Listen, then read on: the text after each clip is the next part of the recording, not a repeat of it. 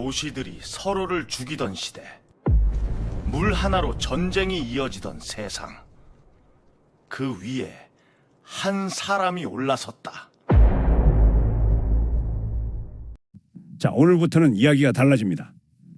길가메시가 속했던 우루크의 이야기, 한 도시의 이야기에서 이제 시선을 좀 더 넓혀볼 겁니다. 우루크만 있었던 게 아니거든요. 길가메시가 성벽 쌓고 훔바바 잡으러 가고 이시타르한테 욕먹던 그 시절, 메소포타미아 평야에는 우루크 말고도 도시들이 생겨나고 있었습니다. 라가시, 움마, 키시, 니프루, 우루. 이름들이 좀 낯설죠? 근데 이 이름들이 앞으로 계속 나올 겁니다. 왜냐하면 이 도시들이 서로를 무너뜨리고 연대하고 배신하고 다시 싸우면서 결국 인류 최초의 제국이 탄생하거든요. 그 이야기를 오늘부터 본격적으로 시작합니다. 먼저 배경을 좀 정리하고 갈게요. 지금 우리가 보는 시대는 초기 왕조 시대라고 부릅니다. 대략 기원전 2900년에서 2334년 사이, 이 시기에 메소포타미아 남부에는 수십 개의 도시국가가 존재했어요. 각자 신전이 있고 각자 왕이 있고 각자 군대가 있었습니다.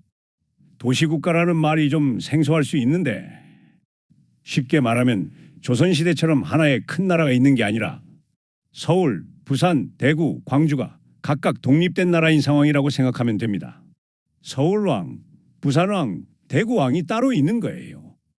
근데 이 왕들이 사이좋게 지냈냐? 그럴 리가 있겠어. 맞아요. 당연히 그럴 리가 없죠. 그럼 이 도시들이 왜 싸웠냐? 땅과 물 때문이에요. 전에 우루크 편에서 이야기했죠. 메소포타미아는 원래 강이 있어서 좋은 땅인데 강이 언제 어디로 흐를지 알 수 없다고. 관계 수로를 파야 했고 그 수로가 어느 도시를 먼저 지나가느냐가 그 도시의 생존을 결정했습니다. 내 물줄기를 네가 막으면 내 밭이 마르고 내 밭이 마르면 내 곡식이 없어지고 내 곡식이 없어지면 내가 굶고 내 도시가 굶습니다. 굶는 도시는 어떻게 합니까? 빼앗으러 가야죠. 이게 이 시대 도시들이 싸우던 이유의 기본 구조예요. 물을 놓고 싸우는 거예요. 그 중에서도 제일 유명한 싸움이 있어요. 라가시와 움마의 국경 분쟁입니다. 이 두 도시가 어떤 땅을 놓고 싸웠냐면 구에데나라는 평원이에요. 이름이 좀 멋있죠? 구에데나. 그런데 이 땅이 그냥 들판이 아닙니다. 관계수로가 지나는 핵심 농경지예요. 이 땅을 가지면 물줄기를 통제할 수 있고 물줄기를 통제하면 수확을 통제할 수 있어요. 그러니 이게 목숨 걸 일이 되는 겁니다. 라가시와 움마는 이 땅을 놓고 엄청 길게 싸웠어요. 얼마나요? 150년입니다. 할아버지가 싸우다 죽고 아버지가 싸우다 죽고 내가 태어나 보니 우리 집 원수가 움마이고 내 아들도 태어나 보면 또 싸우는 거예요. 세대를 넘어서 이어진 분쟁입니다. 그런데 이게 단순한 과거 이야기가 아니에요. 지금도 세계 어딘가에서는 물 때문에, 에너지 때문에, 자원 때문에 수십 년씩 이어지는 분쟁들이 있잖아요. 형태가 바뀌었을 뿐 구조는 똑같아요.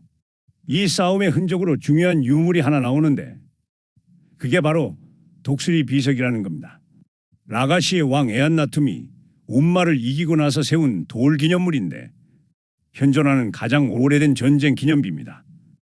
거기에 뭐가 새겨져 있냐면 한쪽에는 왕이 밀집 대형을 이끌고 적을 밟는 장면, 병사들이 방패를 맞대고 창을 들고 전진하고 그 위로 독수리들이 적의 머리를 물어다 나릅니다.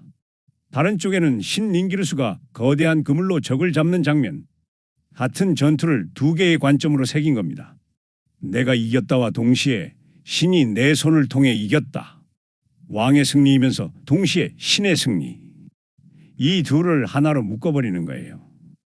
전에 이야기했던 거 기억하십니까? 루가리 전쟁에서 이기면 신의 이름을 빌려온다고 했죠. 닌기르수 신이 나를 선택했다. 돌에 새겨진 장면이 바로 이겁니다. 신의 이름을 함께 새겨넣은 거예요. 그리고 이 싸움 기록에서 또 하나 중요한 게 나오는데 엔테메나의 원추, 에안나툼의 뒤를 이은 왕 엔테메나가 움마와 맺은 합의를 기록한 유물입니다. 현존하는 가장 오래된 평화 조약이에요.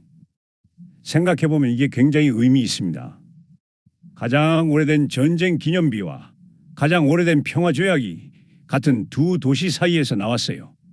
싸우는 것도 멈추는 것도 기록으로 남기는 것도 인류는 아주 이른 시기부터 해왔던 겁니다. 결국은 싸우다가 지치면 손잡는 거네. 그게 맞아요. 그리고 그 손잡음도 기록으로 남겨야 지켜지는 거예요. 말로만 약속하고 뒤돌아서서 우리 그런 약속한 적 없다가 되니까 기록의 힘이 여기서도 나오는 거죠. 자, 그런데 이 도시들이 서로 싸우면서도 한 가지 공통점이 있었어요. 다들 올려다보는 도시가 하나 있었거든요. 바로 기시입니다. 기시는 메소포타미아 북부에 있는 도시인데 이 시기에 가장 오래된 왕조 중 하나로 꼽혔어요. 그리고 재밌는 게 있는데 키시의 루갈, 이게 단순히 키시라는 도시의 왕이라는 뜻이 아닙니다. 이 땅 전체의 패권자라는 선언에 가까워요. 실제로 키시를 지배하지 않는 다른 도시의 왕들도 자기 이름 뒤에 이 칭호를 붙였어요. 나는 키시의 루갈이다. 지금으로 치면 한 도시의 시장이 스스로를 국가 전체를 대표하는 지도자라고 선언하는 것과 비슷합니다. 그리고 그 키시에서 중요한 인물이 나와요. 메실림이라는 왕인데 이 사람이 뭘 했냐면 라가시와 운마 사이에 끼어들어서 중재를 했어요. 둘이 싸우지 마라. 경계선은 여기다. 지금으로 치면 국제 중재자 역할인데 5,000년 전에 이미 한 도시가 다른 두 도시의 분쟁에 끼어들어서 중재를 하고 있었다는 겁니다. 이게 왜 중요하냐? 중재를 한다는 건 그만한 권위가 있다는 뜻이에요. 상대가 내 말을 들을 이유가 있어야 하거든요. 메실림이 중재할 수 있었다는 건 당시 키시가 그만한 위치에 있었다는 뜻입니다. 우리가 흔히 강대국이 약소국 분쟁에 끼어든다고 하잖아요. 때로는 중재처럼 보이지만 사실은 영향력 행사인 경우가 많죠. 메실림도 그랬을 가능성이 큽니다. 내가 중재해 줄게라고 하면서 사실은 이 지역은 내 발언권이 있다는 선언을 하는 거예요. 그리고 라가시와 운마 입장에서는 싸워 지쳐 있으니까 누군가 끌어줄 사람이 필요했을 수도 있고 중재는 언제나 권력이에요. 멈추게 해주는 사람이 그 싸움의 주인이 되는 법이거든요. 자, 이제 이 복잡한 판에서 결정적인 인물 하나가 등장할 차례입니다. 그런데 이 사람을 이야기하기 전에 먼저 그 직전 단계를 한번 봐야 해요. 기원전 2400년에서 2350년 사이 이 시기에 라가시의 특별한 왕 두 명이 연달아 나와요. 첫 번째는 우르카기나. 이 사람이 한 일이 뭐냐면 세금을 줄이고 불합리한 관행을 없애고 약자를 보호하겠다고 선언했습니다. 지금 기준으로 보면 복지 정책처럼 들리죠. 근데 이게 기원전 2350년 이야기예요. 무려 4300년 전에 왕이 백성을 착취하면 안 된다는 선언이 돌에 새겨진 겁니다. 이것도 현존하는 가장 오래된 사회개혁 기록 중 하나입니다. 그럼 민주주의 같은 개념이 그때도 있었던 거예요? 민주주의는 아니에요. 이건 왕이 스스로 선언한 거고 왕의 권위가 여전히 절대적입니다. 근데 적어도 왕도 함부로 뺏으면 안 된다는 인식이 있었다는 거죠. 그 인식이 돌에 새겨져서 지금까지 남아있고요. 5,000년 전에 누군가 권력에도 한계가 있어야 한다고 새겨놨습니다. 우리가 지금도 그 이야기를 하고 있다는 게 이 문제가 여전히 해결되지 않았다는 증거이기도 하고요. 근데 아쉽게도 이 우르카기나의 시대가 오래가지 않습니다. 왜냐하면 운마에서 더 강한 사람이 나타났거든요. 루갈자게시. 이름부터가 이미 심상치 않죠? 이 사람이 라가시를 공격해서 무너뜨립니다. 우르카기나가 그렇게 열심히 만들어 놓은 개혁들, 신전들, 도시의 질서들 다 불태웠어요. 라가시의 기록에는 이 사건이 이렇게 적혀 있어요. 루갈자게시는 이 모든 것에 죄를 지었다. 그 죄를 닌기르수 신이 심판할 것이다. 패배한 도시가 저들에게 던지는 저주예요.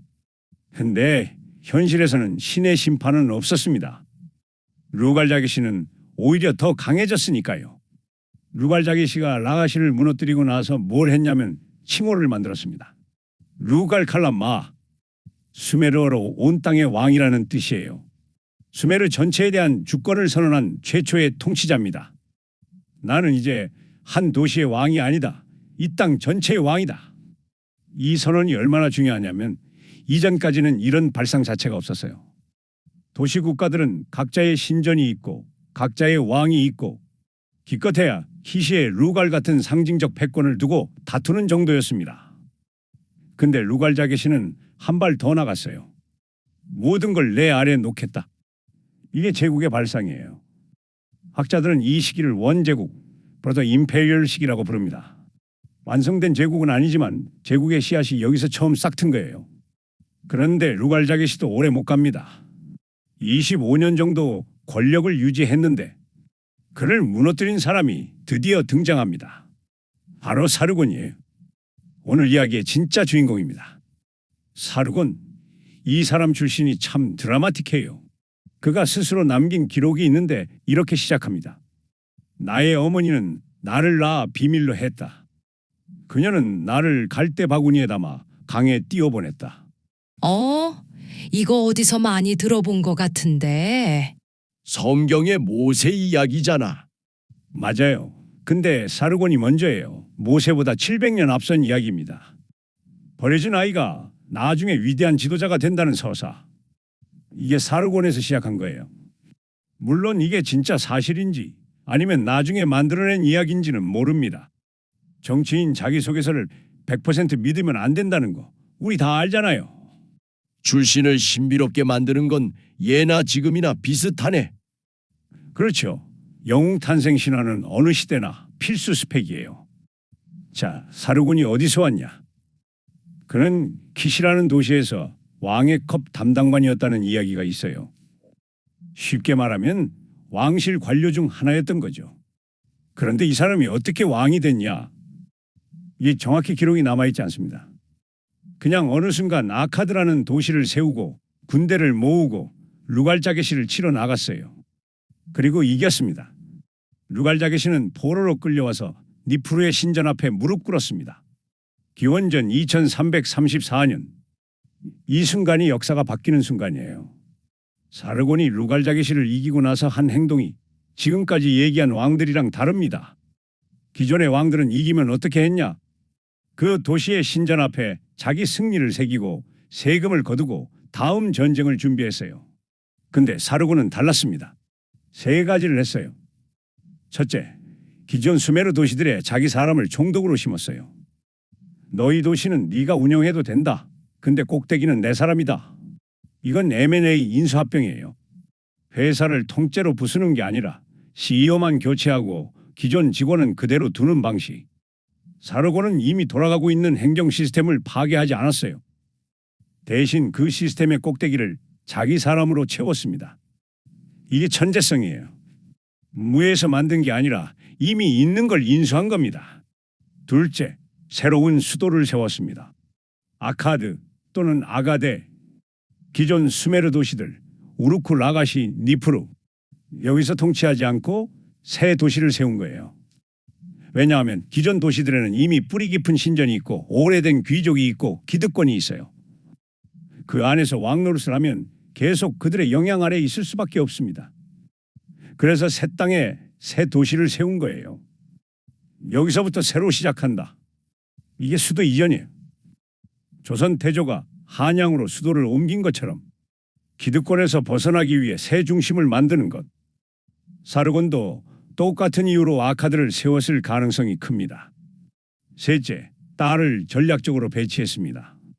사르곤에게 에네두안나라는 딸이 있었는데 이 딸을 우르라는 도시의 달의 신전 최고 대사제 자리에 앉혔습니다. 내 딸이 신을 모신다. 이건 단순한 종교적 임명이 아니에요. 우르는 당시 메소포타미아에서 가장 중요한 도시 중 하나였거든요. 거기에 자기 딸을 신전의 수장으로 심은 거예요. 종교를 통한 정치적 장악이죠. 그리고 이 에네두안나, 거기서 뭘 했냐면 세계 최초로 이름이 알려진 작가가 됩니다. 달의 신 난나에게 바치는 찬가를 썼는데 그게 지금도 남아 있어요. 정치적으로 배치된 자리였지만 실력도 있었던 겁니다. 그건 실력을 인정해야지. 자리를 잘 탄 것도 있지만 남긴 것도 있는 거잖아. 맞는 말이에요. 에네두안나는 그 자리를 발판 삼아 진짜 뭔가를 남겼습니다. 출신이 좋아도 무능하면 역사에 안 남아요. 이 사람은 둘 다였던 거죠. 자, 이 세 가지. 총독 심기, 세수도, 딸 배치. 이게 사르고니 왕들을 이기는 것에서 멈추지 않고 제국을 만들기 시작했다는 증거입니다. 단순한 정복이 아니에요. 시스템으로 지배하려 한 거예요. 그리고 이 시스템에는 전에 우리가 이야기한 것들이 다 들어갑니다. 배급, 기록, 봉인, 정당화. 사르곤의 아카드 제국은 이것들을 아카드어라는 하나의 언어로 통일했어요. 기존 수메르어가 있었는데 아카드어로 행정문서를 쓰게 했습니다. 이게 무슨 뜻이냐? 언어를 통일하면 관료를 통제할 수 있어요. 아카드어를 모르면 장부를 읽을 수 없고 장부를 읽을 수 없으면 관료가 될 수 없어요. 관료가 되려면 제국의 언어를 배워야 합니다. 그리고 그 언어를 배우면서 자연스럽게 아카드 방식으로 사고하게 되는 거죠. 이게 제국이 사람 마음속까지 들어오는 방식입니다. 그리고 사르곤은 한 가지를 더 했습니다. 도량형 통일, 무게 단위, 길이 단위를 제국 전체가 똑같이 쓰게 했어요. 지금은 당연한 거잖아요. 킬로그램이면 킬로그램이고 센티미터면 센티미터이고 서울이나 부산이나 같은 단위 쓰죠. 근데 그게 당연해지기 전에는요. 우르크에서 쓰는 1단위랑 라가시에서 쓰는 1단위가 달랐습니다. 시장에서 물건 사려면 계산이 복잡해지고 속임수가 쉬워지고 분쟁이 늘어나요. 사르곤이 이걸 통일했다는 겁니다. 기원전 2300년에요. 자, 이쯤에서 솔직하게 불편한 한 가지를 말해야겠습니다. 사르곤을 천재 영웅으로 그리면 재밌긴 한데 그게 전부가 아니에요. 왜냐하면 이 정복 과정에서 수많은 사람이 죽었고 도시들이 불탔고 세금은 늘었고 더 강력한 강제 노동이 있었습니다. 사르곤의 아들 리무시 왕 때 기록을 보면 반란을 진압하면서 대량 학살을 했다는 내용이 나와요. 저 도시에서 2만 명을 죽였다. 이런 비문들이 자랑스럽게 새겨져 있습니다. 제국은 항상 두 얼굴이 있어요. 통합과 번영의 얼굴, 그리고 정복과 억압의 얼굴. 역사에서 하나만 보면 절반을 놓치는 겁니다.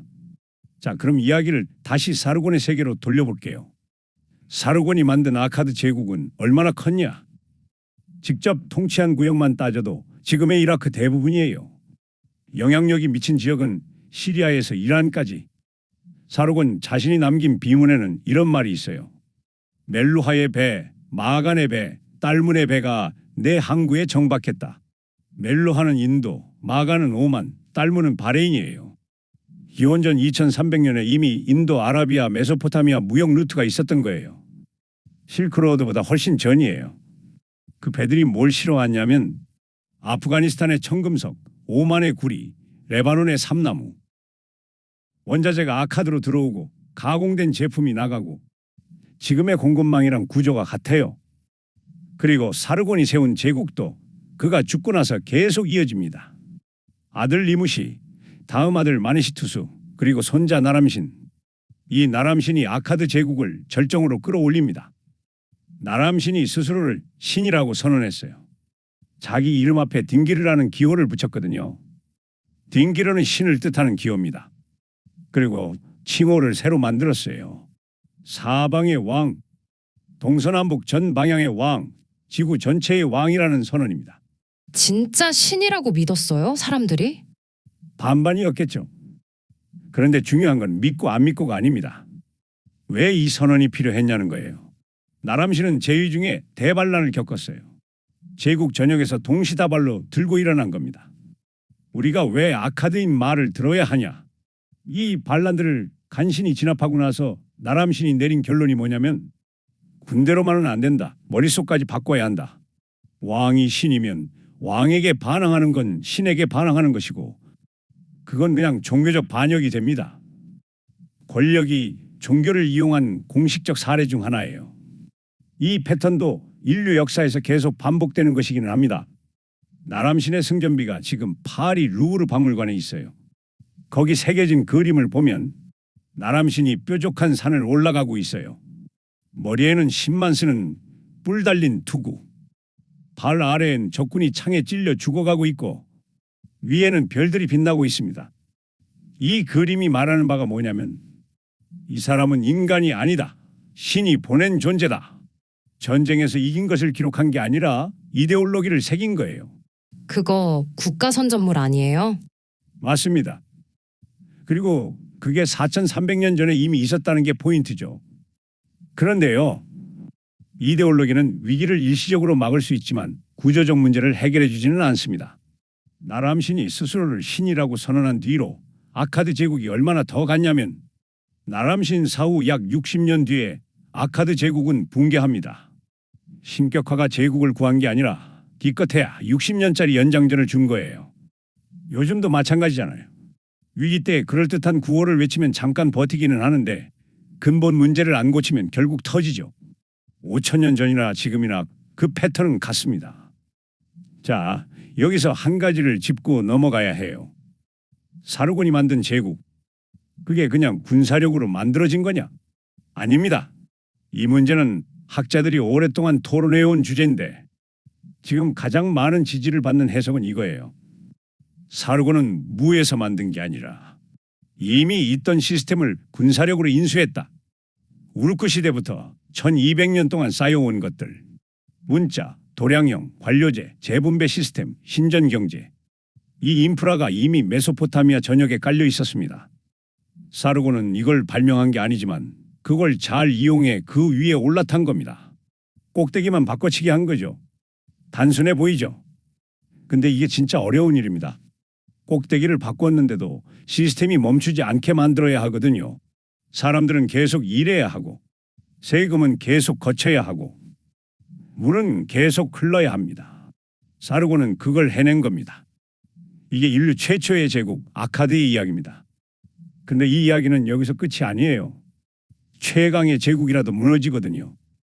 아카드도 무너졌어요. 다음 편에서는 그 이야기를 해보겠습니다. 아카드의 붕괴. 세상에서 가장 강한 나라가 어떻게 역사 속으로 사라지는가? 다음 편에서 뵙겠습니다.